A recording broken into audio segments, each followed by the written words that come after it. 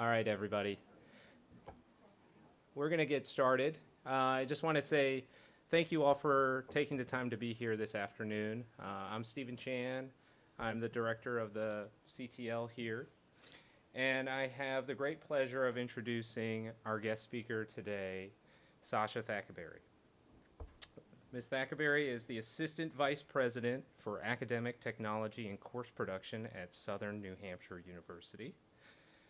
Previously, she was the Director of eLearning Technologies at Cuyahoga Community College, or Tri-C, where she was responsible for institutional innovation, managing the eLearning technology infrastructure team, and implementing Quality Matters campus-wide. Her current focus areas include competency-based education, prior learning assessment, MOOCs for developmental education, and the use of game mechanics to improve student resilience. Her talk today will highlight the new ecosystem of e-learning. So please join me in welcoming Sasha Thackaberry to Forsyth Tech. First of all, thank you for having me. I'm very excited to be here. I get geeked out on this sort of thing.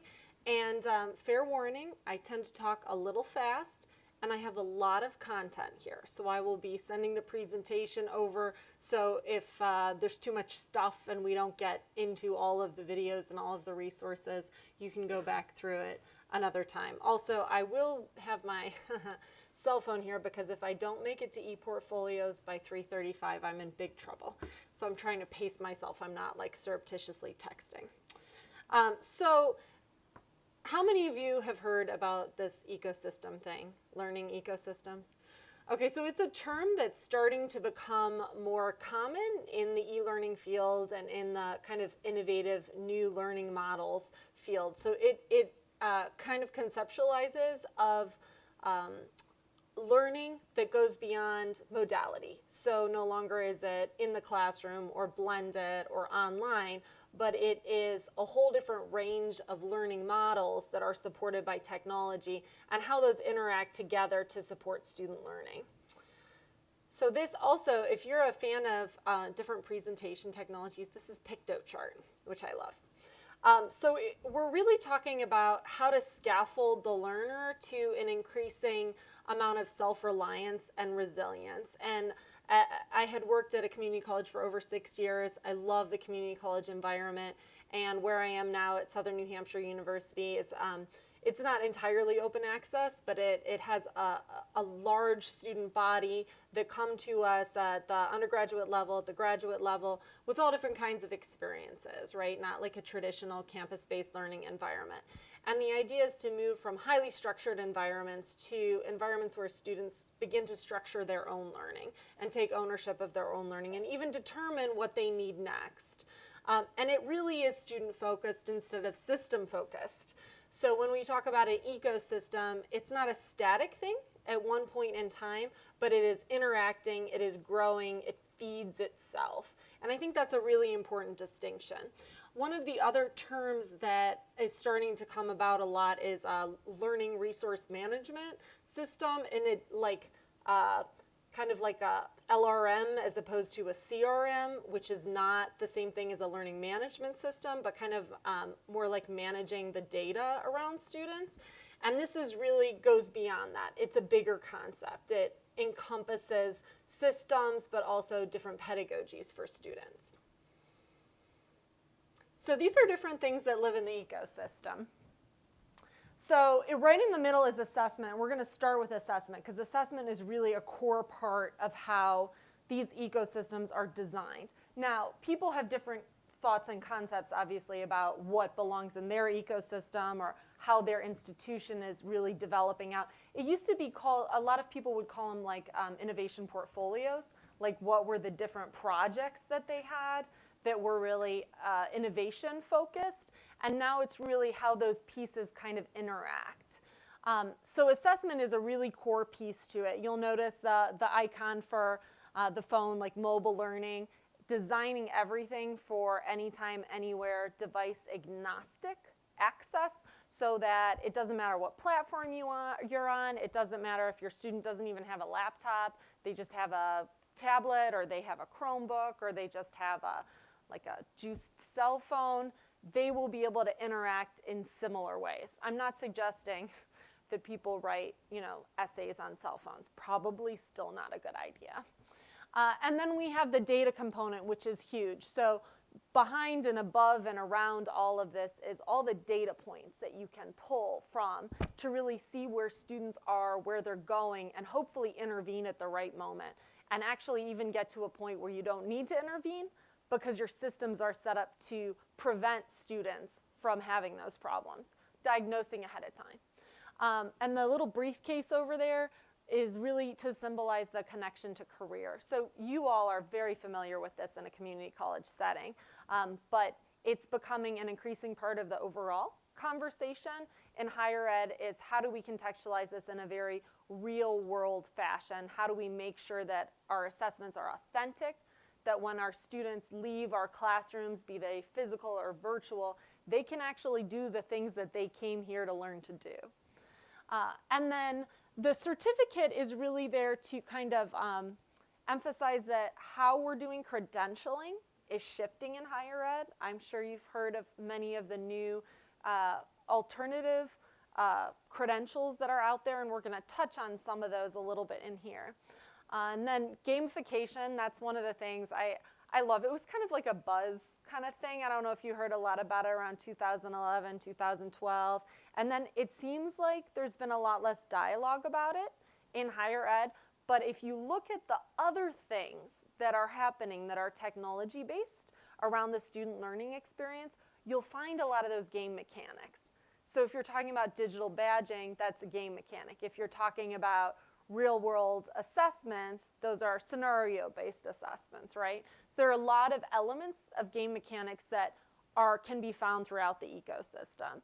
And then, of course, the social aspects of it. So moving from a delivery-based model or a broadcast-based model where it's information delivery focused to a model where it's really interactive, and then even beyond that.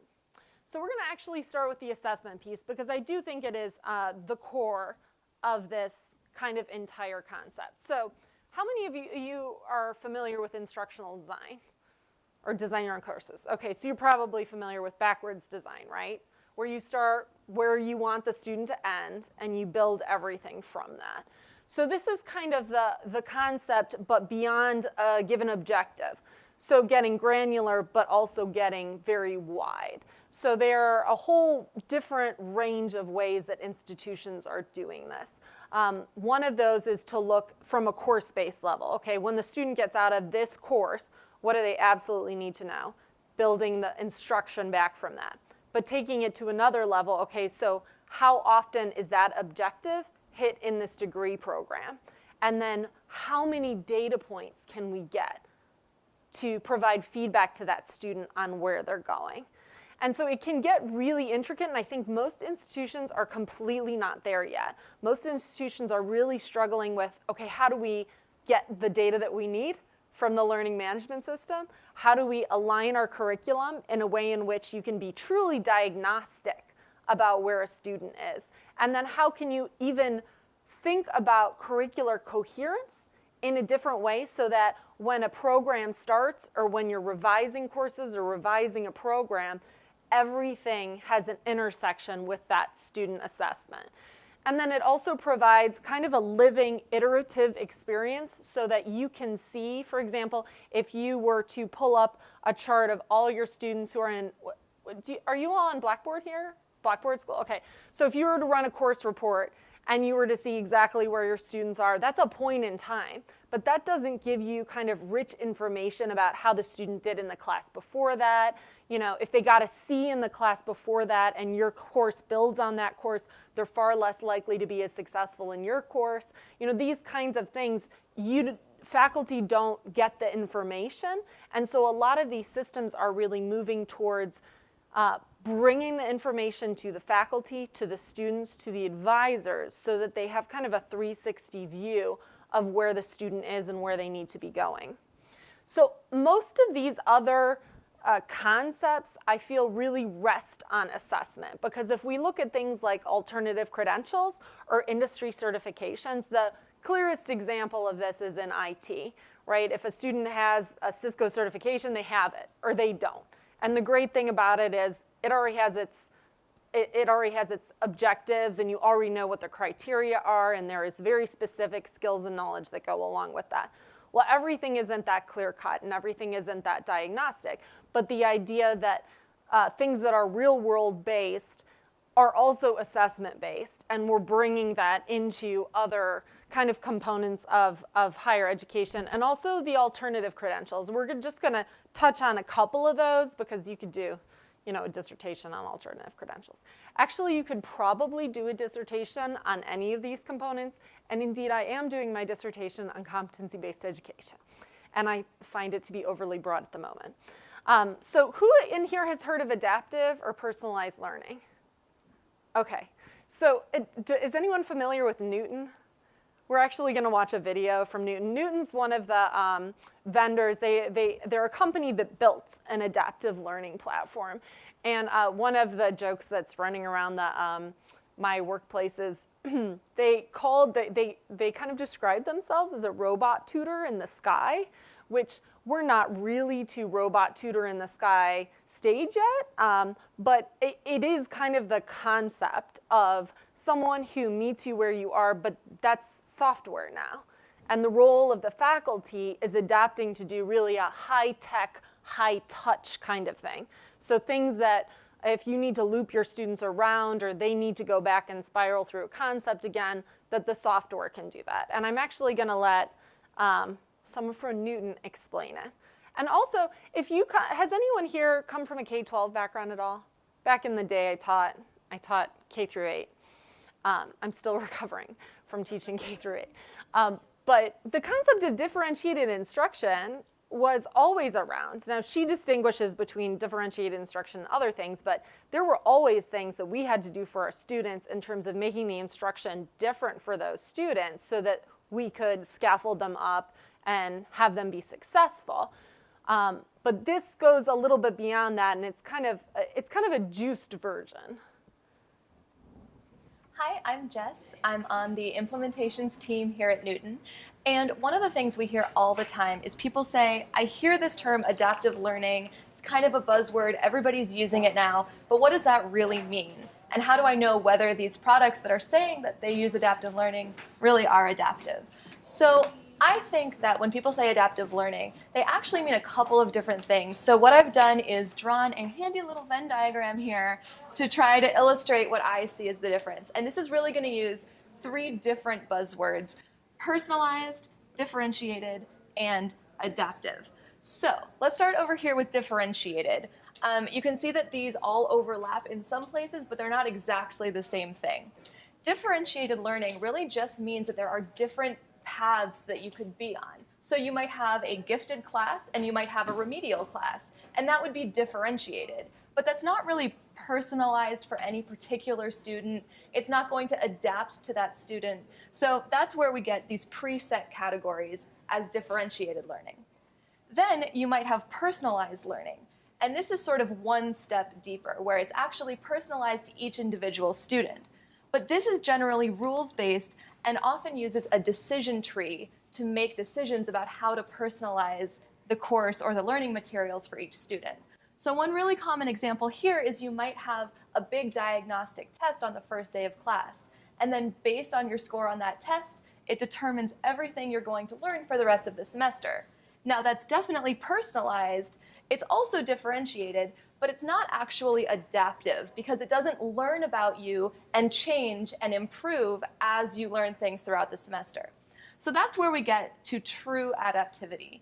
Now, true adaptivity is different because it's really data-driven. It really takes into account things like psychometrics, data models, algorithms, and really takes all of that information for each student and continues to adapt in real time and change and improve over time for each student.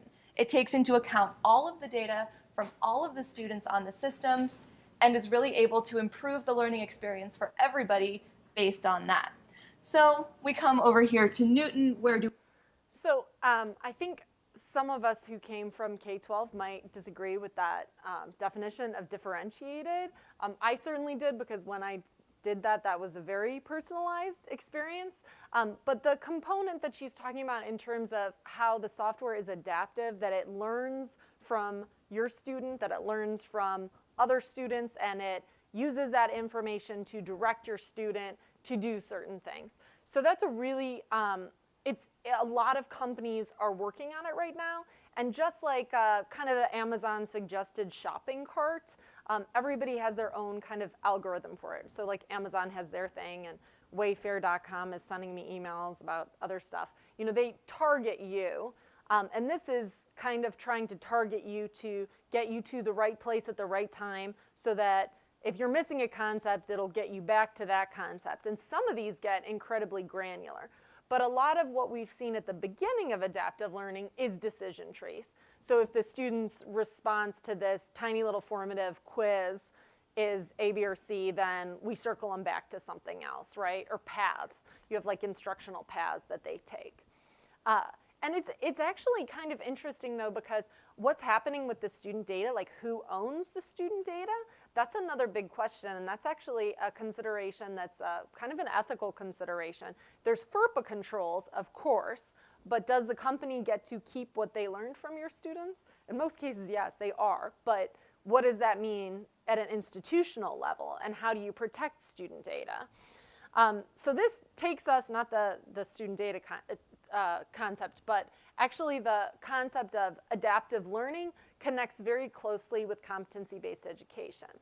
Now, I want to be very clear that competency-based education did not crop up 3 years ago, didn't crop up in 1996 or 97, depending on when technically you think Western Governors University started. It actually started, well, if you want to be like a behavioralist and go way back in history, but most of what people say is contemporary CBE started in the 1970s with a series of FIPSE grants for post-traditional learners in a handful of institutions. The reason that it really didn't grow, even though it was a great model for post-traditional learners, and in some cases became goes on to create like learning contracts. In some of these colleges, students actually determine what their own learning objectives are. They can craft degrees collaboratively with the institution, but all of that is not scalable on a person-to-person basis. So one of the things that I think has contributed to the explosion of CBE in recent years, and I do want also to contextualize that in there are a lot more programs in development than are actually active right now, is the technology behind it. So the ability to do adaptive learning so the student can have a truly self-paced experience with the advisor and the faculty member coming in as needed when needed, that is a technology leveraged component that only really became available in this way in probably the last 10, 20 years. And definitely like with the adaptive learning, I'd say in the last 5 years. So it's really built around, the concept is it's built around the learner. And this is actually what the study that I am doing is on, is creating a taxonomy of competency-based education programs, because if you look at them, they're all different. So while most people would say that it's not based on seat time, there are CBE programs that are paced. And then it definitely has a prove-it mentality, but how that mastery is measured is different in different institutions. And then also the new support models. So we're not going to get too deep dive into that, but there are models like Western Governors where you have a kind of student coach who's with the student throughout their whole degree program. Then you have like kind of a faculty mentor role who's the subject matter expert in the actual course. And then you have a separate assessor who just does the assessments. So it's truly blind assessments, which I actually think is kind of cool. And then there are institutions where it is a totally still holistic faculty model, and everywhere in between. Oh, and direct assessment is very interesting. So most of the programs are still credit conversion. So even though they make it more modularized so that you can take it in a self-paced manner, they map it back to credits. That's by far the most common. If you don't map it back to credits, you have to go through an experimental site to get federal financial aid for your students or not use federal financial aid. So, and that hasn't, that's been a little sticky. All right, so here's, who's familiar with Western Governors University? Okay, yeah, they're pretty much everywhere. So this is just kind of a little mini explanation that I really like.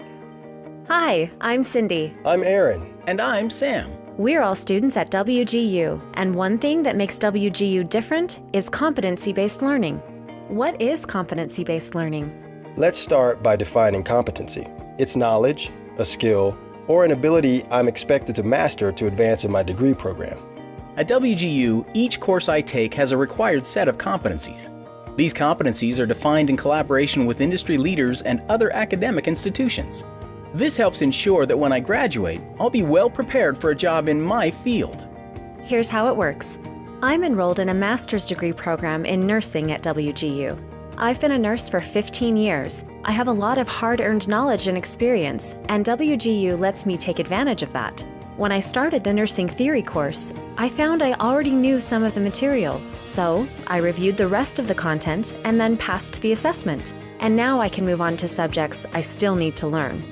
WGU's Prove It mentality means I don't have to spend time or money relearning material I've already mastered. The skills and knowledge from on-the-job training I've received help me get through my courses.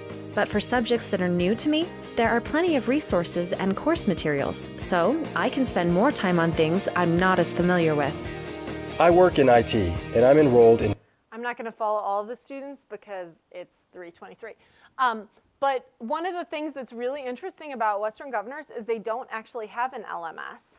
So they use Salesforce and they use courseware. So it's a little bit of a different, a student can be in a totally different environment in different courses, which is kind of interesting.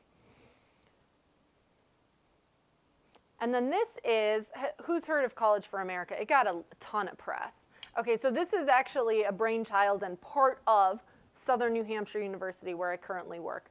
There's really 3 divisions in Southern New Hampshire University. One is the traditional pastoral, it's beautiful, physical campus that really has that traditional student experience in New Hampshire. Then there is the division that I work for is the College of Online and Continuing Ed. And that's where, if you see those, do you see those ads for Southern New Hampshire University? They're big on. They have these really nice TV ads. They have the graduation bus. I don't know if you've seen the graduation bus one. But that has 60 to 70,000 students. I'm not sure exactly where we are now, all online. And then College for America is purely competency-based education. It's very workforce focused, and it has a very different model. And they actually use a different LMS too. They created their own. We've all seen it. You post a job and get a stack of applicants for positions. And then begins the work of determining who's qualified. There are some college diplomas in the stack, but what do those pieces of paper mean? That they endured a certain number of classes, that they had been through a certain stack of books, that they paid a substantial amount of money, likely borrowed, for the chance to get it. Employers all the time tell us they hire college graduates who don't write well, can't present, and struggle with math and budgets. They can't solve problems. And major employers in manufacturing, healthcare, retail, hospitality, logistics, and technology tell us they'd send more of their promising employees to college if they knew it would give them new competence in managing teams, making decisions, addressing challenges, and innovating solutions. But increasingly, it doesn't. They wish college could be better at producing thinkers cut out for success in the workplace and much more accessible to many more workers. So a team of education innovators set out to reinvent college with these needs front and center. And in 2012, the College for America was born. Established with $1 million EDUCAUSE Gates Foundation grant, the College for America was built to deliver an all-new kind of degree for the new American worker. Instead of racking up course hours, grades, and credits, students work in an innovative online environment to master competencies in 9 areas. Communication skills, critical and creative thinking, digital fluency, quantitative skills, personal effectiveness, ethics and social responsibility, teamwork and collaboration, business essentials, and science, society, and culture. They work at their own pace to master tasks and assignments. Gone are the questionable grades and paper-filled processes. Either you've mastered a skill online and can move on, or you haven't. Employers know where employees are in the process, not by what classes they've completed, but by what skills they've mastered. The new College for America approach was founded and is housed at Southern New Hampshire University. So you can see how that's really focused also on business competencies, but there's these 9 domains. And you'll see that in most of these CBE programs is they have a series of domains and then they drill down to what those competencies are. And it's really interesting because each college that has programs like this uses a slightly different hierarchy. So sometimes it's outcomes, then objectives, and competencies are the most granular, and sometimes competencies are the course level competencies or even what we would consider to be program outcomes. And so there's a wide diversity in terms of how that works. I was going to show you this FlexPath one. It's only 30 seconds, but I'm not going to because I need the 30 seconds. But I will be sharing this presentation so you can see it. This is one. Capella FlexPath was actually the second program that was approved as an experimental site for federal financial aid for competency-based education. College for America was the first. This is kind of a story told from a graduate student perspective about how to go back and get that next degree that she needed for advancement. So it may seem a little strange. Any Princess Bride fans in here? Oh, thank God. Okay. I'm a big Princess Bride fan, and I think that just makes I think what we conceptualize of MOOCs are 2012, right, was the year of the MOOCs, and MOOCs were everywhere, and there were going to only be 10 universities left, and there was all this MOOC-related drama, right? And I was thinking to myself at the time, MOOCs are awesome, and all of this is missing the point, because it's not about the MOOC, it's about what happens after. How is this model iterated? How does it push the center of higher education? How does it interact with and become part of the ecosystem? So we're, as we're all aware, we're not going to be moving to only 10 universities. So where do MOOCs fit into this kind of ecosystem? So one of the things that we heard about, there were some fantastic experiments and very publicized failures with MOOCs, but they've also been a few very kind of quietly developing, interesting MOOC partnerships. So students can actually, have you heard of the Global Freshman Academy with Arizona State University? A student without getting admitted can take their entire first year, the Global Freshman Academy, on edX. They pay a small fee to edX, and then they pay Arizona State when they kind of buy their credit afterwards. So it's a very interesting model. It's not a payment at the front end. It's an exit-based funding model, which is very interesting. And I really think that that has promise. I think that started a year and a half ago, maybe. And then Charter Oak State College, which was actually one of those original experiments back in the 70s. It was also called kind of a credit aggregator, where you could bring some prior learning experience with you, and you could take college credits from different colleges and bring them together to create a degree. They actually also have a partnership with edX right now. And I think one of the other things that we're seeing too is the focus that MOOCs had on, first of all, gathering data from what students were doing. They were very interested to see what students were actually doing online, is really kind of pushing how we look at gathering data and what we can get out.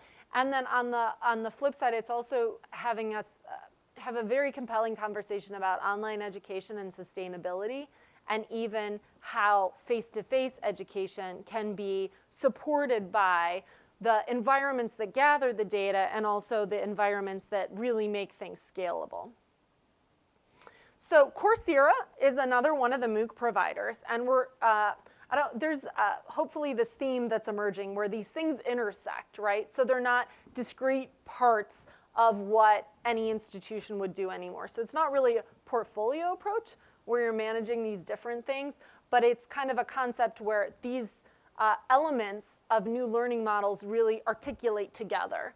So Coursera is one of the MOOC providers, and they have specializations now. Have you heard of these? So they take a series of small courses, and then you can get a credential at the end of it. They're very low cost. But the credentials actually have meaning in certain industries, and they are at beginner levels, they are at advanced levels, and they're not the only ones doing it. Udacity has nano degrees. So that's a very kind of interesting concept. Like, they have a lot of programs in actually data management, data analysis, a lot of the IT stuff again, like basic coding stuff, not like a boot camp or anything to that. But that's actually another thing to mention is boot camps. You've heard of boot camps, right? Cropping up all over the place. Well, there is now experimental site status where institutions can partner with boot camps to provide content and training so that it's more of a combined student experience. And it's very compelling because one of the big problems with boot camps, they're fantastic if a student has capacity to and an ability to code or even like think in that kind of fashion. You can become a pretty darn good coder in 6 months, but it costs you $12,000 out of pocket because there is no federal financial aid for it. However, that alternative credential can get you a starting salary of, in most cases, for the big boot camps, between 80 to 100 grand a year. So that's pretty big ROI on devoting 6 months instead of 4 years for a bachelor's, or depending on the student, a 2-year degree doesn't end up being a 2-year degree. In fact, in the vast majority of cases, it doesn't end up being a 2-year degree. So do you use ePortfolios here? No? Okay, there is an ePortfolio tool in Blackboard, but I wouldn't necessarily describe it as an ePortfolio. So there's really kind of a dual purpose, or I guess a clash of purposes between the professional use of an ePortfolio, like a WordPress site or a Wix site, or even if you have a very built-out LinkedIn profile, and why a college would want to have your ePortfolio internal. So internally, they would want to use student artifacts to assess across programs, across the institution, how are the students doing? So show me the actual work, and let's see how they're doing across a whole program. Are they hitting the competencies or not? But that is a very different environment. That's a very locked down environment that the college needs data from, as opposed to the thing that the student can actually use in a professional setting.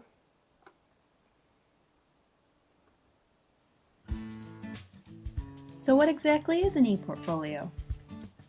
ePortfolios are personal websites that communicate and showcase skills, experiences, and learning. They contain diverse artifacts, such as documents and media.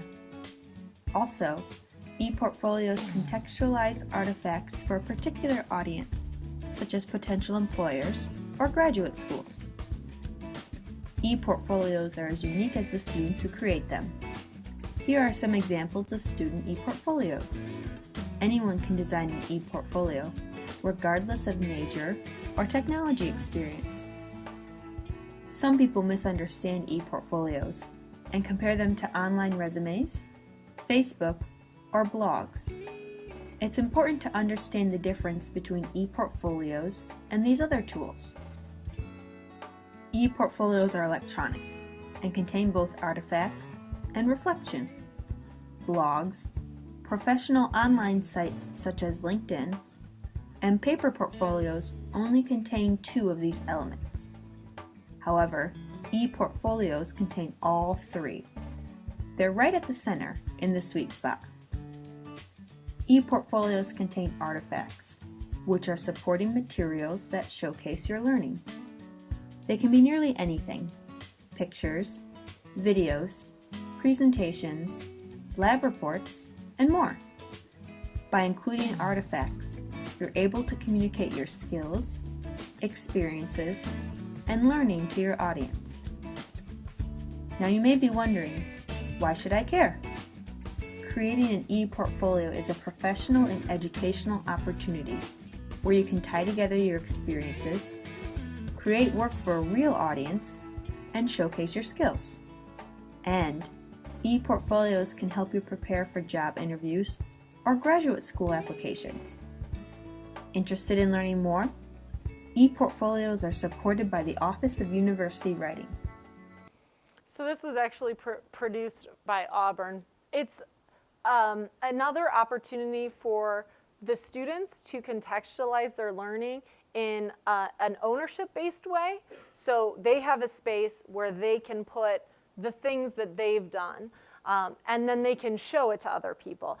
I would argue that probably within the past couple of years, I'd say if you're mad about LinkedIn like I am, and I'm constantly on there, there are a lot of reflections that are shared on LinkedIn. There's a blog feature right in LinkedIn, and people do share their thoughts about things that are going on in their profession all the time. So I think these definitions are kind of adapting as we go. But in terms of what it can do in the ecosystem, it's a place to put your micro-credentials. I don't know if any of you have gotten digital badges for anything. Sometimes you go to a conference now, and they have an attendee badge or a presenter badge that you can get online, and you can link that right into your LinkedIn site. Or, for example, I'm QM certified for doing the APP QMR and some other things online, which is it's a Quality Matters rubric, so it's for instructional design. And you can put that right into your LinkedIn. So someone else can see it and it's verified. So in terms of bringing the students' curricular journey together and what they know and can demonstrate and want to share, e-portfolios are really powerful. The problem is that the technology has not entirely caught up with all the things we need e-portfolios to do. They're either the safe space behind institutional firewalls that are controlled, or they're kind of out there, and then the institution can't really get the data back from it. So I think that's actually one place in the ecosystem that I really see a lot of opportunity for companies to develop in, but we haven't seen as much movement, I think, as I'd personally like to see. So back to digital badges, we're going to have a couple examples of some gamified components of a student journey. So as a student comes into an institution, as they move through their courses that are first year, their courses that are higher level, a lot of these things in education are kind of gamified anyways, right? You have a series of challenges. We don't do low-risk failure well as an industry in higher ed. Most of our failure opportunities are high risk. So you either get an A on the test, or you get a B on the test, or you're a C on the test, but that's it. Whatever you get on the test is what you get on the test. Most times we don't let students go back and try again with different questions or redo a project. And that's again where high tech, high touch in terms of fusing the technology with the teaching capacity can be really important. I teach a course only in the summers at Kent State, and it's competency-based. So there are a lot of intermediate things that I don't have to do as an instructor online because I do formative assessments that are built in and will give them feedback, those kind of things. But their projects, I will send back as many times as I need to send back. They can get a 98 on a project, and if they want to keep at it until they get 100, great. The only reason I can do that is because the other components of the course are pretty much plug and play. So you don't have the capacity to let a student have that low-risk failure, a course of 25 students times how many courses you're teaching a semester, that could get pretty crazy. But the concept of safe failure environments in gamification and progressive challenges aligns so well with just learning overall, like the zone of proximal development. When you have that sweet spot for students where it's challenging enough that they want to keep going, but it's not so challenging that they're discouraged. And games are really good at that.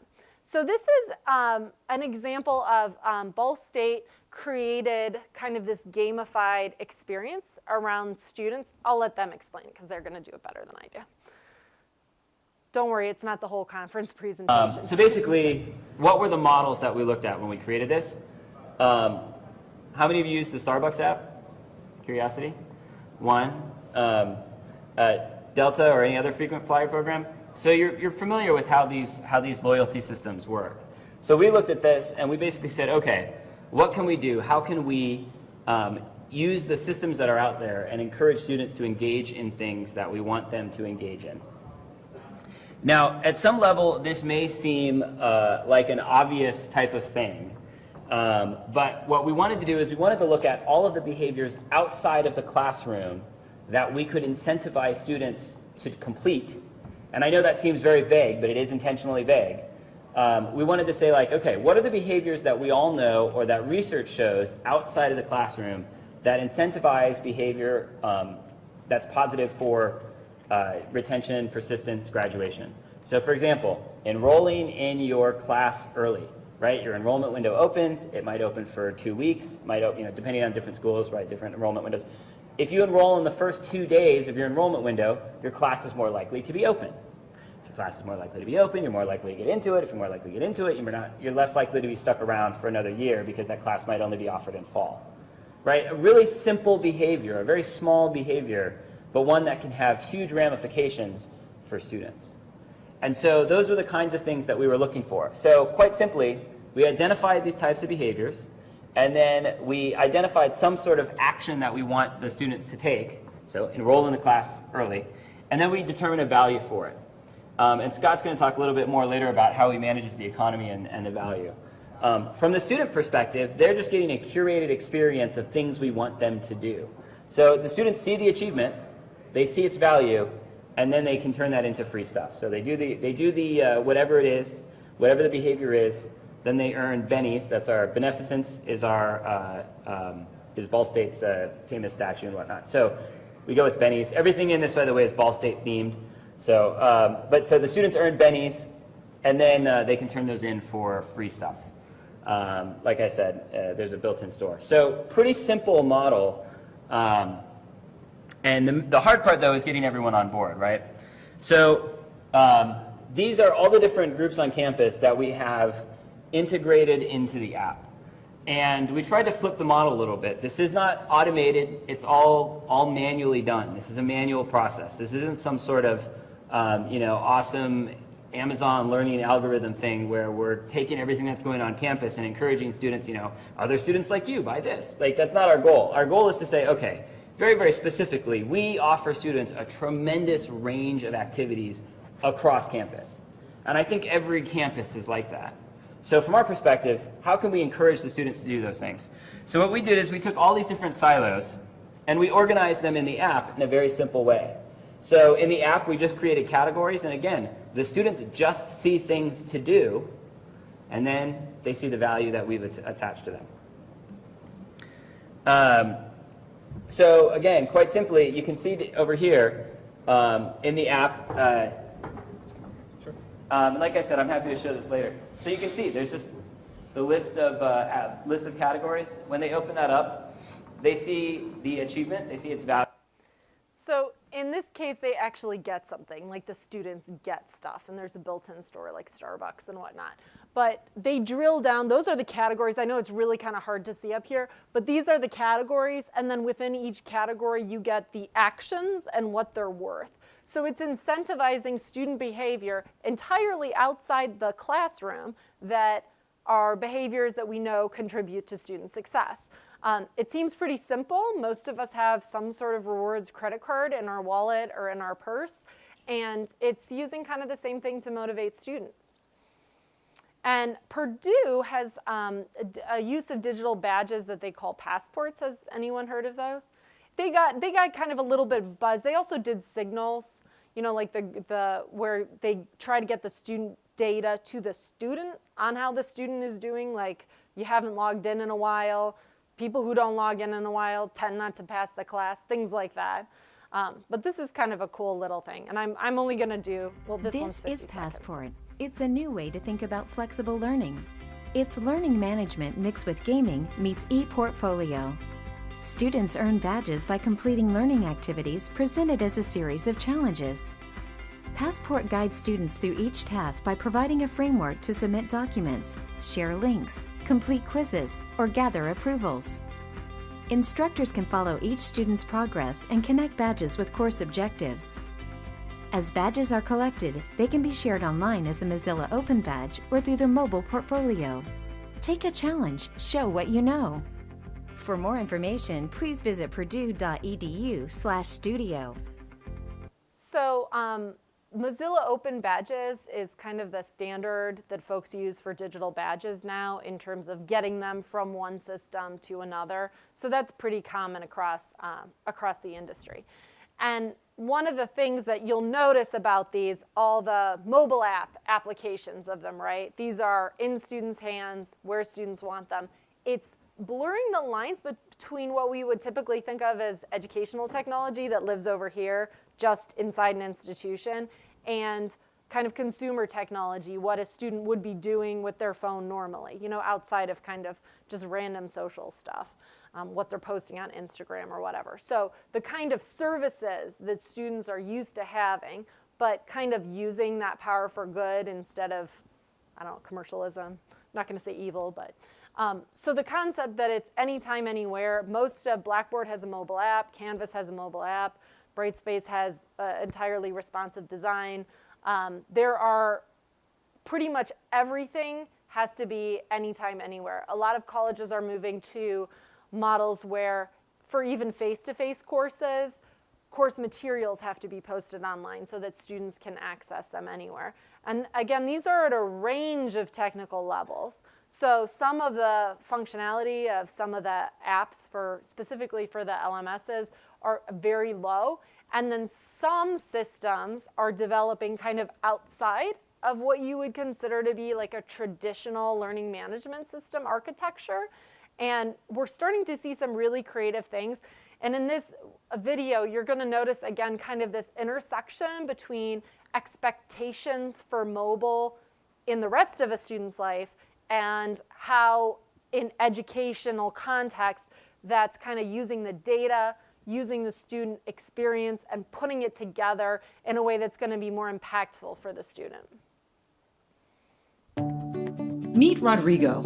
He's looking for an engineering program that's tailored to him, that's flexible enough to fit his busy life, and that will get him exactly where he wants to go in his career. He chose a UT engineering degree powered by TEX. TEX is a revolutionary new platform that empowers schools and faculty across the UT system to drive a competency-based educational model. It's personalized, data-driven, mobile-first, and industry-focused. Most importantly, it's designed for student success. Let's take a tour. TEX is different because it's personalized. From the start, each student is assigned a coach. Coaches mentor students through program milestones. Plus, they work with UT faculty to identify their strengths and overcome any challenges. Together, the student and coach create a customized path to graduation. The coach helps a student move along that path at an ideal pace. Students set short and long-term goals so they can monitor their progress and get feedback when they need it most. TEX supports the design of powerful learning moments. Different types of activities engage the student while adapting to their abilities. Plus, it's designed with mobile in mind so students can work wherever they go. Collaboration and support tools mean that no one has to go it alone. Students are placed in study groups, matched with mentors, and connected with UT faculty. When a student needs help, instructors and coaches are alerted so they can reach out. Empowering students' career goals is a top priority. Networking opportunities and career guidance are built right in.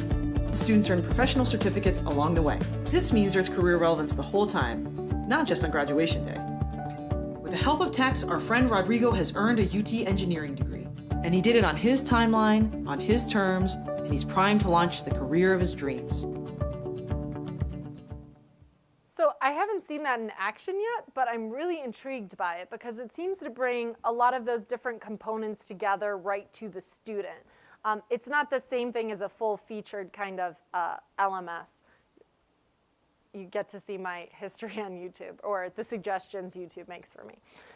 So Blackboard, which you all are on, had a recent acquisition. They purchased Blue Canary, which is an analytics system, and they're going to move it into Blackboard Analytics. Do you all have Blackboard Analytics?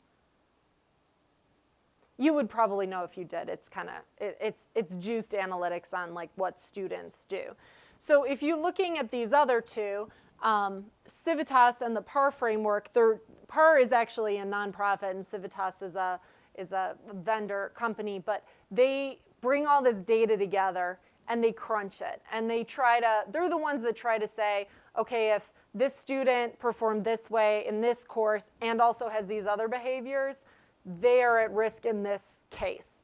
So the idea with analytics, and there was actually a great session that I went to at South by Southwest EDU about this, where we're talking a lot about interventions with predictive analytics, so coming up with commonalities for students or student archetypes. Students with specific demographics that take this course and get a C are less likely to persist to the next term, things like that. So we need to intervene for that student midway through the term, as opposed to a more preventative approach from analytics, which is, okay, this is a riskier class for you until you take this class first. So getting ahead of what might be a problem for a student and suggesting a more targeted learning path that previous students have been successful in.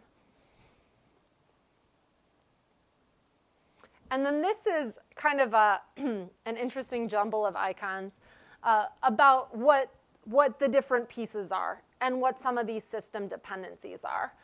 So if we're looking at it from an assessment point of view, there's continual assessment. Data and analytics can be overlaid onto any system. As long as you have the data points, you can pull them out. But the use of real-world tools, interacting with things like your e-portfolio, instead of using a technology in your classroom that you wouldn't use in a real-world environment, using something that would be used in the world of work. Also, we didn't really get into PLA, but if you have really well-designed assessments and you have self-paced learning for something like competency-based education, PLA can slide right into it. And CALE actually has a whole bunch of, they do PLA like nobody does PLA. And so there's a lot of decades and decades of support behind if students get credit for their prior learning, they're more likely to graduate college like by a huge percent, like something like 40%. And then the one thing that gets a little dicey is the learning object repository. Blackboard, for example, has Explore, but when you modularize things, you have to tag them, kind of like you do in a file structure, right? So you can get them right back out. A little bit more involved in that. And then open educational resources, which kind of lives out there, especially in the world of, I think, community colleges and larger public institutions, finding more affordable ways for students to get really high quality content. And then e-portfolios and stackable micro-credentials, all of these things like kind of interact but have dependencies. And that's where it can get really, really tricky when you implement it. So first, the ecosystem has to live, right? And so most institutions, and I'm sure you are somewhere in this kind of spectrum, are starting to feed that ecosystem. And things are growing here and there. And then they will start to, over time, kind of converge and connect and develop something that becomes more robust. This is part of the natural evolution that we're seeing going on at EdTech. But when you look at the infrastructure behind it and the ways in which data has to get from point A to point B, all of these systems were not designed to play nice in the sandbox. And so there are a lot of technical challenges. For example, this is IMS Global, their technical interoperability project. They're looking at creating more universal language, well, not really, standards, so that you can pass that data back and forth. So they're the ones who created the standard for LTI, for learning technology integration. So you used to have to get like course cartridges, right? And then it was building blocks, and now it's like LTI, increasing levels of interaction. And so this kind of brings us back to where we started, which is using the ecosystem to actually scaffold the learner. So the learner starts in a place where the learner needs a lot of structure, a lot of guidance, a lot of intervention, a lot of notifications. And over time, that learner can be scaffolded off of that relative dependency, really, on these institutional interventions and cues and structures, so that they can take an increasing role in their own education and kind of determine what they need to be doing. Are there other pieces that need to be in place for their personal journey? In kind of a Joseph Campbell way, we're enabling students to become the heroes of their own journey. And I think that's really what a lot of the educational process should be about, is empowering students, not having them to be dependent on our systems. And if you take a look at this is actually from a really great blog post that talks about kind of the paradigm shift of moving from a delivery-based model of education, or Education 1.0, through a networked kind of version to a more connectivist kind of thing where you are part of the ecosystem. It's not the ecosystem around the student becomes a contributor to the actual learning ecosystem. I think the person actually drew the pictures themselves, which I thought was also really cool, because I don't think I could. I think if I tried to do something like that with a dry erase marker, bad things would happen. So do you have questions? I know I just threw a lot of stuff at you, so I hope you're not too glazed and dazed and confused. But this is coming. Some institutions are dabbling with different parts of it. Some institutions, a few institutions, are much more advanced in terms of where they are. Community colleges, including the community college that I worked at for 6 years, we're really, I'd say, maybe at the 40% above the average mark. There were some things that we did that were really innovative, but in a very project-based fashion. And over time, those projects and initiatives have to kind of grow and gain traction and really facilitate culture change around what's fundamentally a new learning experience. It's not just a course-based college experience. It's a different type of holistic learning that's facilitated by technology.